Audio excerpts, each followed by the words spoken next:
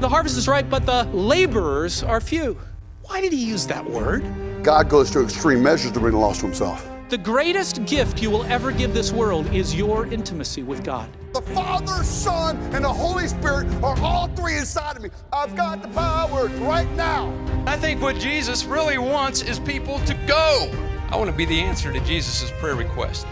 Welcome to the Fuel for the Harvest podcast. When this gospel of the kingdom shall be preached in all the world, then shall the end come.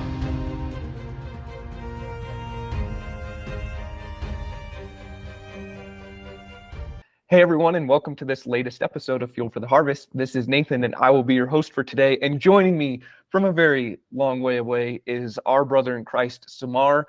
Samar, thank you so much for joining us. Thank you, brother, for having me.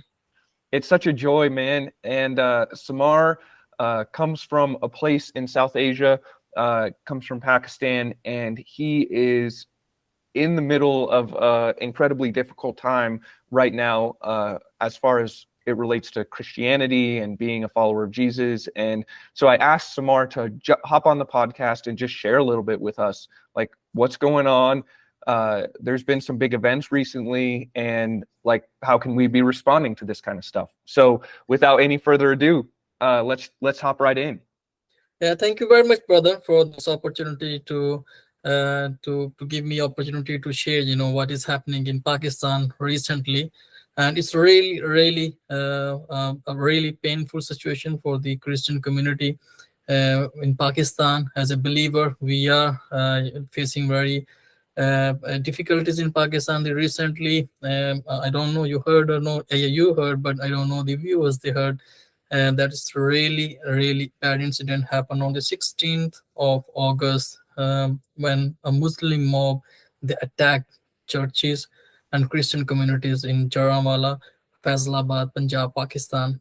And it was really terrible situation in this area.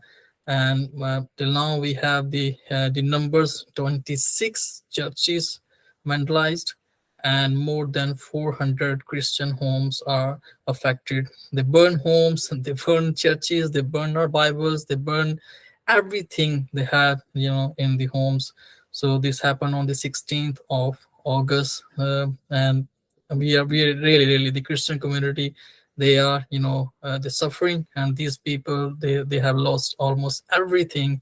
And the mob they attacked on the early morning of 16th of August. And they came with chemicals. I don't know which kind of chemicals they had. They came with cranes to destroy the homes and to demolish the churches. And it's really painful. I really cried when I watched the video clips of, they are burning churches, they are burning homes, and it's really terrible. It's terrible situation there. What spurred on this mob to begin decimating churches and Christian homes?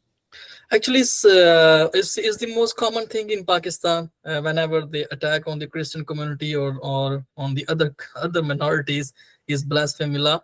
They have, and in this recent incident, the same thing happened. They put the allegations on two young Christian guys that they just insulted Quran, and they just wrote something, the bad words on some pages of Quran, and they just threw these pages of Quran on the streets. And the interesting thing is, I want to tell, which is I think, when the people will hear this, and they will laugh, how stupid thing they did. The incident is, what is their allegation is, two Christian guys. They wrote some bad words, they wrote some abuses on Quran, on some of the pages from Quran. And then what they did, the Christian guys, they put their name, their father name, and their grandfather's name. Okay, this is my name, and this is my father's name, and this is my grandfather's name. And on the left side, they place their photos, okay, we are these guys, and this is our mobile number. and we did this, this thing, so we don't like, the Muslim religion, we don't like Muhammad or anything they, they insulted. So can you imagine somebody can do this, Right. after So doing this? it seems like it was staged, is what you're saying. Yeah. That it's pretty blatantly clear that if you're going to vandalize the Quran, you're not going to write your name and your father's name and your grandfather's name and then staple your picture in the book that you vandalized.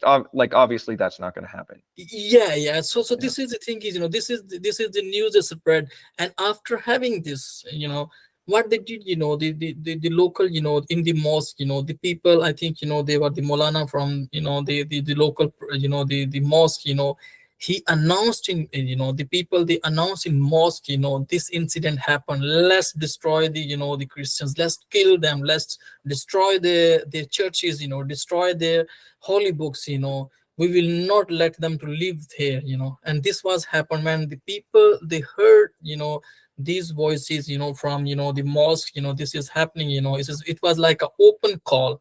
It was an open call, let's do it, and the people, and there was the mob, there was a big numbers of people, they came in the Christian homes, it's good thing is, the Christians, when they heard these voices, the announcement, they just left, the homes. They just took their kids, or they didn't took anything, they just ran from the homes, and they left everything behind, and they saved their lives by leaving all things behind. And when the mob came, they put fire in homes, and they I don't know, what kind of chemicals they use, we saw the pictures, we had the videos, which we can see, they destroy everything in homes, even in the kitchen stuff. You don't have, I couldn't see, the team was there, and they couldn't find, even the glass and, the plates. And the other thing is, they not only destroyed the first place, they looted, they just took, all the expensive things with them, and the rest of them they burned. So they burn homes. So just for context for those who are listening, in the Muslim world, if you're going to think about the Quran in the same way that a Muslim thinks about the Quran, you got to think about like the pinnacle of the most important thing in your world. So, for example, a better analogy for a Christian would not be the Bible, but would be Jesus himself. Muslims think of the Quran in the same way that we would think of Jesus. So when you burn a Quran or decimate the Quran in any way, that's kind of like someone spitting on Jesus or punching Jesus, like something like that, some form of abuse towards Jesus. That you probably heard in the media, it might have been a month or 6 weeks ago, there was a man in Europe who burned a Quran in front of a mosque, and that spurred outrage across the Muslim world. And this same kind of thing happened in various kinds of places because of that incident as well. True? Yeah, you're right. Yeah. So what is the response from local authorities? 500 Christians are displaced, their homes destroyed or damaged or looted in some way. What are the authorities doing? The authorities, as usual, the authorities, is just, they are not now coming and seeing the family, and they're just sharing, sympathy with them, and and also, it's they are trying to help them in some way. But it's always, on the time is, because they know this is a very insulting thing is, happen in Pakistan, and this is, like a slap for them, slap on their faces, this they want to hide now, and they're just coming and visiting the families. I know, we know, what happened in the past.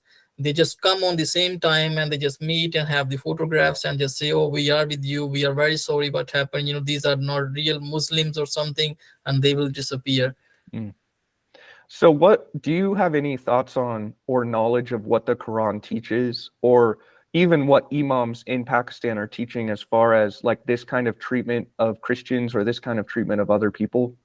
Actually, if we see, I born and raised, with the Muslim, I was just born in a Muslim country, I have Muslim friends, which are very good, but the thing is, if we see, I don't think so. The Quran is saying this, this kind of teaching, these kind of things, these are the locals, I think, the priests, they are teaching this kind of things, against Christians, so they are like, they use kafir, so these kind of very bad words for us, that we are like, in Pakistan, most of the places, they're treating, Christians, and the other minorities very badly. They don't Yeah. want to sit with us, they don't want to eat with us, even they don't want to touch, the same, I think, glass or plate we have, so I think, this is the thing is, lack of knowledge, and these Muslims, I think you don't know really about, about Jesus, about Isa. They don't know about real, if they really know about Isa, what Quran is saying about Isa, so they will not do this again, believe me, they'll never, but the thing is, the Muslim priests, they are hiding the reality of, the Jesus, from these people. Yeah. They're hiding the reality of Christianity from these people. So we really, really, we are sad, when we have the conversation with, the Muslims, and we are explaining who is, the Jesus, and which they call Isa. So and it's written clearly in their Quran, who Yeah. is he, how important he is. Yeah, it's a incredibly uh it's an incredibly complicated conversation, because I've heard from some experts in the Quran that there is a tendency towards violence in the words of the Quran. And obviously there are very peaceful Muslims out there. So it's not to say that every Muslim, is a terrorist or anything like that. And I'm not hearing you say that either. But just to give a wide context. And then what I'm hearing you say, brother, is that there is a culture in Pakistan among the imams, and they're teaching their mosque, their group of people, their congregations, that if you're going to really obey Allah and obey the Quran, that means acting out violently against those who oppose the Quran, who oppose Islam in any way. And so if you're a Christian and you're in Pakistan and you're trying to share the gospel with a Muslim or whatever, I remember we were together eating breakfast a while ago, and you said you will, if you start talking to the wrong Muslim about Jesus, you might not leave that spot Yeah, because you'll just find yourself dying in that spot because a mob will come and attack you. yeah, you're right. Yeah. Yeah, the thing is, that's, I just want to add one thing is, that's, I think, the cultural thing is, the Imam, they are teaching, like, what they did now in this recent incident, when they just, they burned churches, they were just like, they are raising voices, something like they have the victory, so that's the thing, they are teaching that, I think, I don't know what kind of education they are giving them in mosques, or, so why they are so, like, they have the violence against the other, the religions, especially against the Christianity, the thing is, which I said before is, I think, they really don't know about Jesus, and they're not telling the truth, and all behind this, they want to, put people behind this, all, okay, the Quran is saying this, the Allah is saying this, you have to do this, and I watch the videos, the people, they are like, they just raising their voices, and they're raising, like, like their hands, like they just, just won the war against someone, is, after, they demolished the church, I was just, I was really amazed. I really, it was terrible for us, but on the other side, I was thinking, how they can do this, what kind of teaching they have, so it's all about, what they are just, the feeding in the mosque, so this is the wrong teaching they are doing in, in the mosque, I think so. So if I've also been reading about blasphemy laws. It sounds like Pakistan is becoming less and less free for the Christian population there. Is that true? This is the true. The people, they are hiding their names. Mm. people, believe me, they are most of the people, they are hiding their names. They are hiding their names just because of, because they are afraid to show we are Christian. In most of the places, in the most of the workplaces, the people, mostly people, they just, hide their name from the other co-workers, so they might have problem or something. So Right. how you say that, it's not, it's like very, very clearly, I want to say this is not safe for the Christians, not safe for the believers. Yeah. So when you say they're hiding their name, basically, when in certain places in the world, just for those who are listening, there's a clear distinction between someone with a Muslim name and someone with a Christian name. And so you're saying that they're hiding their names so that it's difficult for them to be discovered as Christians. Yeah, you're right. And what about at the political level or the governmental level in Pakistan? I was reading that the laws are becoming increasingly more strict. Is that true? Have you It's seen more that? strict. Yeah. Is the most, and the thing is, these laws, it's, if you see, the 99%, the cases are fake. Can Mm, you imagine, we had so many incidents in the past, these Muslim mobs, they burn, the villages, they burn, the even, the so many people, they burn people, they kill people, just because of, this blasphemy law. So just, can you imagine, can somebody, can dare to do this, if mm, they know, if we will do this, this is the, the result will happen, the people, they will burn us, so this is clearly like a suicide. If you want to do a suicide, you will do this. I don't think so. I believe, I'm sure nobody will dare to do this, to do something like, even, the Bible, as a Christian, as a believer, we are not told to do anything against any religion. We don't want to hurt. And the Christian, as a believer, our message is love and peace, and, just the hope, so we are spreading love and peace. Even, they are persecuting us, we are still praying for them. yeah, So this is our message. absolutely. It all that to say, it's incredibly difficult to be a believer in Pakistan today. It's difficult, is, I think, is, the most of the people, they just, when they go out, I know very well, many people, when they go, they just pretend, they are Christian, but, they are following, the Muslim, the Muhammad. So Yeah, just to save their lives, save their family. So it's really not, it's not a safe place. no. If you just, if I just, and now, believe me, in my eyes, I can imagine, I can just, these photos are coming in my eyes, what I can see, the burn homes, burn churches, burn Bibles, and, how you feel, when you see this, the Mm, thousands of people, coming to destroy your homes, to destroy your kids, destroy your community. How you feel, the mm, people, they are in trauma, the people, they are psychologically, they are just, suffering at the moment. mm, And the one person, I think more than one person, they already died just after this incident, just because of the trauma, what happened to them. mm. It's it's difficult for people to wrap your mind around. But I think what the easiest way for me to put myself into the shoes of believers in these contexts is to do what you just suggested, or brother, which is we need to slow down and consider what would it be like if 1,000 of your neighbors said, you don't deserve to live. You don't deserve to live in this city. We don't want you here. We hate you. We hate what you believe. And then they came and destroyed your home, everything you cared about. I think you would feel trespassed against. I think you would feel unsafe.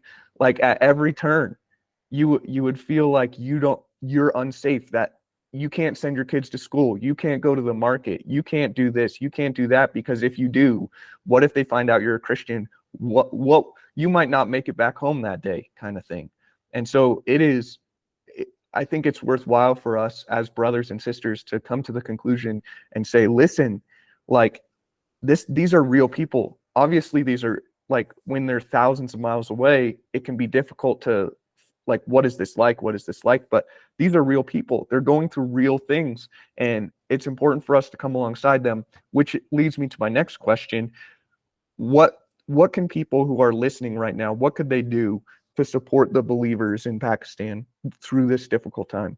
Yeah, and in this difficult time, as I said before, the more than 400, the Christian homes, they are destroyed or they burned, Yeah. and they are like homeless now, and the mob, they came with chemicals and cranes to destroy the homes, and the 26 churches, they are vandalized, and these are, as I said, they are, the families, they are homeless now, they have lost everything, and so the basic need is, to repair their homes, and and even they need, I think, each and everything at home, Yeah. so so they are on, on the great need, and they are suffering, and the people, they were spending, their nights on the open sky, but yeah, we are just trying our help, best to just to help these families. Yeah. And I know that you, so one thing that's really cool about you is you know many believers in this place, and you're working together with them to try and mobilize the local church there in Pakistan to come alongside these believers who have suffered, and you are doing that. That's already happening. Yeah, it's already happening. In the first phase, we have the limited resources. So in the first place, we just, the team went there, and we met the families. We most of the families, they left that area. So the homes were just, the team could see, the only burned homes, and we met people there. We heard the stories, what happened, and what exactly we saw, the needs there, what are the needs there, and then the second day, we just try to help some families with the just very basic thing, like, even, there's no, the clean drinking water problem is there, because the home burned, everything, you don't have even one glass to drink water, so we just, in the very beginning, we just, just brought them, few families, water coolers, and there were some children, they need milk, so we just provide, the milk for them. And now the next phase is, we have just, we're just trying to, trying our best to raise support, to provide the essential needs for the home, so they can come back their home. That's good. Thank you for all of your hard work, brother. And it sounds to me like your response beat the government's response. You were there. You were there long before they were. No, thank you very much, brother, for your support as well. Because I know in this hard time you guys are with us, and thank you for helping us in the first emergency response to help these families, and just thank you very much for having me today, and to just to share, my feelings. The heart is really, very, Amar, is really, it's really painful to Yeah. see our brothers and sisters in this condition, and we are trying our best with your support, with your prayers, and with your love to these families. So if you're listening right now and you're feeling moved to say, "Hey, I want to do something," number one, please pray. The Lord answers prayers. Pray for peace in Pakistan. Pray that God would soften the hearts of Muslims living in that place, and even that the blasphemy laws might be reversed or eliminated, or whatever needs to happen to make it a freer, safer place to be a follower of Jesus. And then if you're interested in giving, we do have a financial connection to our brother here, and he will be able to get those funds to the right place to help the right people. So if the Lord's putting it on your heart to say, "Hey, I really want to give to this specific need," please email us at podcast@forgeforward.org, and I'll send you the link, and we'll get you to the right place so that you can support these people who are experiencing this incredible need. As we speak right now, this is happening. And thank you so much for listening. Brother, thank you so much for joining and sharing what is going on for brothers and sisters in Pakistan. And we will be praying, and we'll continue to see how the Lord moves and works even in the midst of these difficult times, because we could spend 5 podcasts talking about all the amazing things that God has been doing in Pakistan recently. So maybe we should do that at some point. Yeah, sure. Yeah, I'm just, again, thank you very much to you, brother, and to Forge team. You guys are always behind us.